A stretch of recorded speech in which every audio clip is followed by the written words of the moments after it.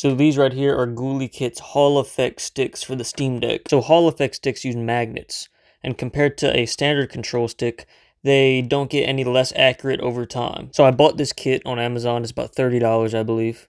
And this is 100% for the regular Steam Deck. I'm not sure about the Steam Deck OLED. I have a regular Steam Deck here, so if you want to follow along, go ahead. But just going to be reviewing these and showing off the installation. So opening them up, all that you get are the two sticks. So this is the newer model where the touch sensor on the top is already wired and soldered, so you don't have to worry about doing that. I think on the older model you had to solder it yourself, but on this one it's fully assembled, and this is exactly how the one that comes out of the Steam Deck looks. And instead of using your traditional sensors that rely on friction, Hall Effect sticks use magnets. So theoretically, over time, they're not going to wear down or get any less accurate. So before you even open your Steam Deck, you might notice that these sticks have switches on them. There's a B mode and an A mode. What are the modes for, and do you need to switch it? So certain Steam Decks have certain types of sticks. They either have a B stick or A stick. And if you have it set to the wrong position, the stick will either not work at all or the touchpad won't work. To check what type of stick you need to go to System, find Steam Deck Controller ID. If the second letter is a E, then that means that you set your switch position to A. I forget what the other one is. I can throw it up on the screen. But if it is that one, you will set your position to B. Out of the box, one set to B and one set to A. So because I have MEDA, I need to set mine to A. So I'm going to set them both to A before going any further. When I press to test for the dead zones, the right stick moves a little bit, but it's pretty much centered. Look at the left stick. I don't know what is happening with the left stick, but clearly something is wrong. I actually thought my sticks were fine, and I was just doing this just because I wanted to make a video on it. But I don't think it's supposed to do that. So let's just say we're doing this out of necessity now. Didn't even know it looked like that. So we're just going to shut down our Steam Deck. If you've never taken your Steam Deck apart, one quick note, you have to remove your SD card, or pulling off this back shell, it'll damage your SD card. So you have to remove it. So if you have an SD card, be sure to take it out. I'm just going to go through and take all the screws out. But these 4 exterior screws are long screws, and these 4 interior screws are short screws. So don't get them mixed up. Long, short. Very simple. Before going any further, something that might help are just some tweezers, as well as some plastic spudgers. So you can just use your finger for this, but you can use a plastic spudger to crack away your back shell now. Remember, after you take your SD card out, your back shell should come free. So here is the inside of my Steam Deck. Obviously, this is the left-hand side of the device, so whenever it's face down, it's on the right side because it's flipped. So we're going to start with the left stick. It's clearly marked with the L. So you can use your nail or a plastic spudger, whatever works for you, and flip up this black plastic tab right here. Once it's flipped up, you can pull on this blue stripping right here to unplug the stick. Some standard Phillips screws, which should be the same size as the shell screws. 3 screws in total. I just kind of have mine on the mat right here. And once you have the ribbon unplugged and the 3 screws removed, you can simply push on the stick from the other side and it'll just come right out. So these Gulikit replacements are supposed to be 1-to-1. They just fit in place just like the original. Except now you have Hall Effect sticks. Supposedly should track better and last longer, but we'll see once we get it together. As I mentioned earlier, this is the new version that already has the wire soldered to the touchpad, so you don't have to do that. And it looks very similar to the original stick, which I have here in my left hand. Obviously, you take your new Gulikit stick and put it in the same orientation that it came out. Once again, making sure you're in the right mode. For my particular Steam Deck, it's mode A, but depending on what Steam Deck you have, you might need mode A or mode B. Some plastic tabs, such as this one right here that the stick lies on. And once it's seated, you just give it a little wiggle just to make sure it's where it needs to be. Just reverse the process and put your screws back in. And this tiny switch right here is the calibration switch.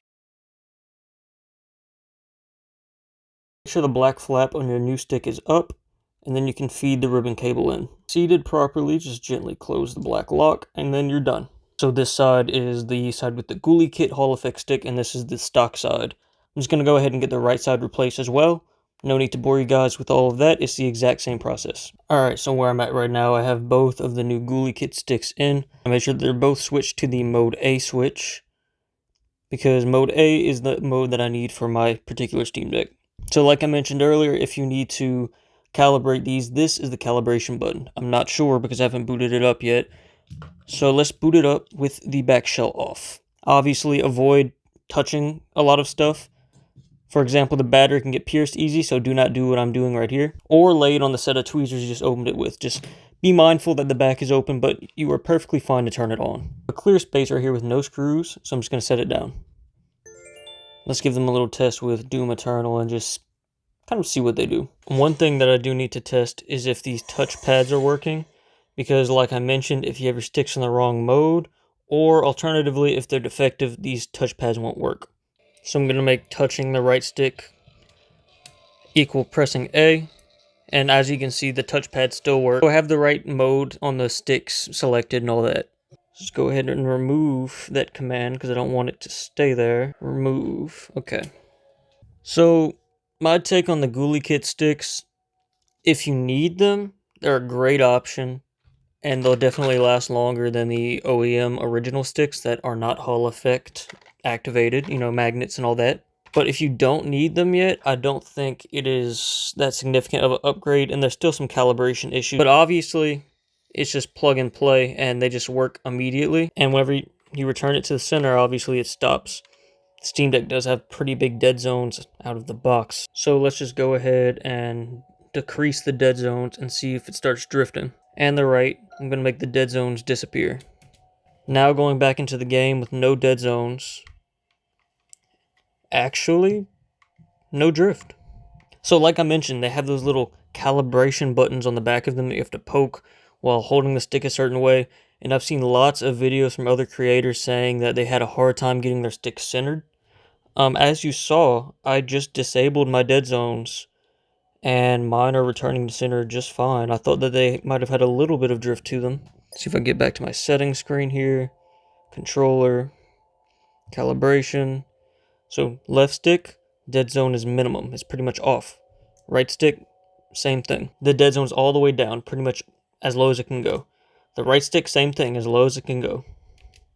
And in gameplay, absolutely no drift or anything like that. So at first I was pretty unsure about the Gulikit sticks. I kind of just said to only upgrade to them if you needed them, because I was a little wary after seeing so many people having issues with the initial calibration stuff.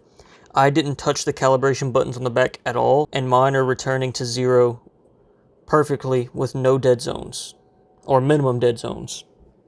So I just want to demonstrate, if you take a Xbox controller, this is a Series 2, this is a pretty expensive controller. If you go to controller settings, if you remove the dead zones, anytime I flick the stick, you can see it doesn't exactly return to center. And this is an expensive controller, obviously. Let's try the right side. Turn the dead zones off, just to show it a little better. Anytime you flick the stick, it does not return perfectly to center, which is to be expected. That is the point of having dead zones. So not necessarily a knock against the Xbox controller, because pretty much all controllers that are not Hall effect, because Hall effect is a pretty new thing, all controllers that aren't Hall effect have to use some sort of dead zone. So when you're ready to calibrate your sticks, you open this little menu in the corner right here, then navigate through your apps to console with a K, and then if you're following ifixit's guide, it says within console type thumbstick_cal. Steam plus X brings up your keyboard, then you can type in thumbstick_cal, enter. So while it's calibrating, you obviously don't want to touch the sticks, but it says release all thumbsticks to their center position, so they are right now, and press A, so press A. Rotate both thumbsticks 360 degrees twice. Just do like that, and press A. Validating new calibration. Thumbstick calibration successful by press A to exit. Okay, and we should be done. So let's go ahead and test our new calibration. Let's wrap this up. The Gulikit Hall effect sticks, should you buy them? Short answer, yes. Long answer, yes, but only if you need them, because they aren't super accurate. They will last longer than the original sticks, but I don't think it's a necessity. Like, I don't think I should have bought them, to be honest with you. I'm glad I did. And now you guys can see how to get them set up for yourselves. But there's a lot of finickiness, and you have to press the calibration switches and calibrate it in the console. They aren't exactly plug and play. If you use them as they are plug and play, they'll work, but they might just have a little bit of drift out of the box. And the whole point of these is to be completely drift free.